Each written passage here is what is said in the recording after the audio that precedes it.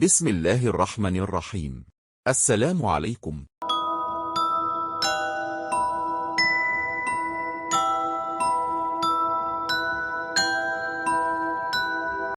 सालों पहले की बात है कि पहाड़ों में परियों की अपनी एक अलग ही दुनिया थी, जहां बेहद खूबसूरत परियां रहती थी। उन परियों के पास बहुत सारे हीरे और जवाहरात और सोना था। सभी परियां आपस में प्यार और मोहब्बत के साथ खुशी से रहती थी।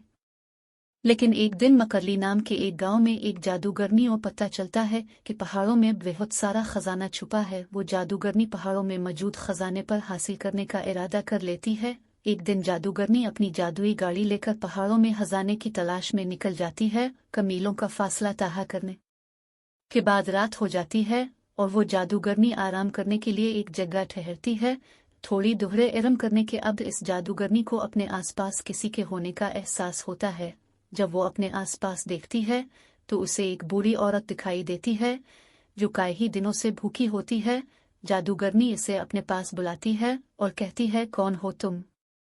बूढ़ी औरत सिर्फ एक ही जवाब देती है, मुझे भूख लगी है, कुछ खाने के लिए दो। जादूगरनी ये सुनते ही गुस्से में आ जाती है और कहती है, मैं यहाँ खजाने की तलाश में हूँ और तुम मुझसे खाना मांग रही हो, और इसे वापस जाने को कहती है। औरत बना कुछ बोले जादूगरनी से दूर हो जाती है। इसी बीच अशही प्री जादूगरनी की सभी बातें सुन लेती है और वापस अपनी दुनिया में जाकर सभी परियों को इकट्ठा करके जादूगरनी की सारी प्लानिंग बता देती है। इसकी बात सुनकर प्यारी प्री कहती है, हमें जल्द अज जल्द जादूगरनी को भगाना होगा, वरना वो सारा खजाना ले जाएगी। खजाना के बगैर हम कुछ नहीं हैं। हमारी जादुई छड़ी को चार्ज करने के लिए सोने और हीरे की जरूरत होती है, इसलिए हमें अपने सोने और हीरे की हिफाजत करनी होगी। इसके बाद सभी परियां मिलकर जादूगरनी के पास लेने जाती हैं।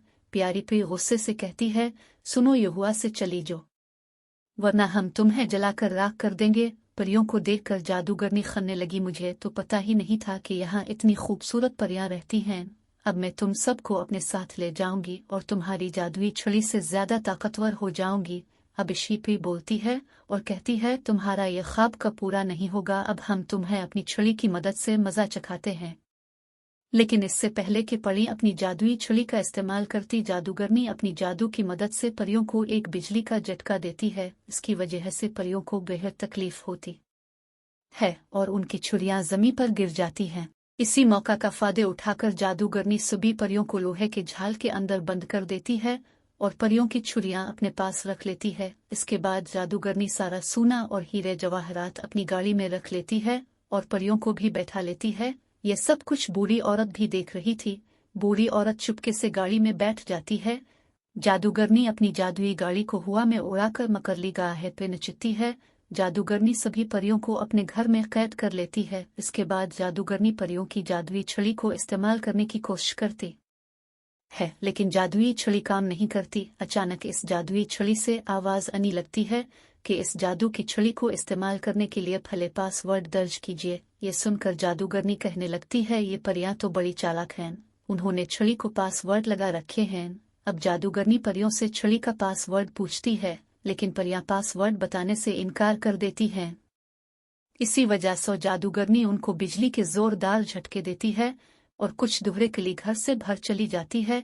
इस तरह सभी परियां अपनी लाचारी पर रोने लगती हैं। परियों की रोने की आवाज सुनकर वही औरत अंदर आती है और देखती है कि परियों को बिजली की रस्सी से बांधा हुआ है।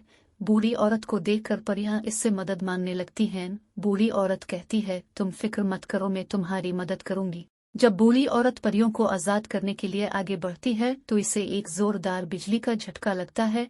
बूढ़ी औरत जमीन पर गिर जाती है। इसी बीच ईशीपी कहती है कि हमारी एक छड़ी लो और अल्लाह का नाम लेकर छड़ी को हमारी तरफ करो। वो बूढ़ी औरत बिल्कुल ऐसा ही करती है और बिजली की रस्सी टूट जाती है। सभी परियां आजाद हो जाती हैं, लेकिन तभी वहां पर वही जादूगरनी आ जाती है।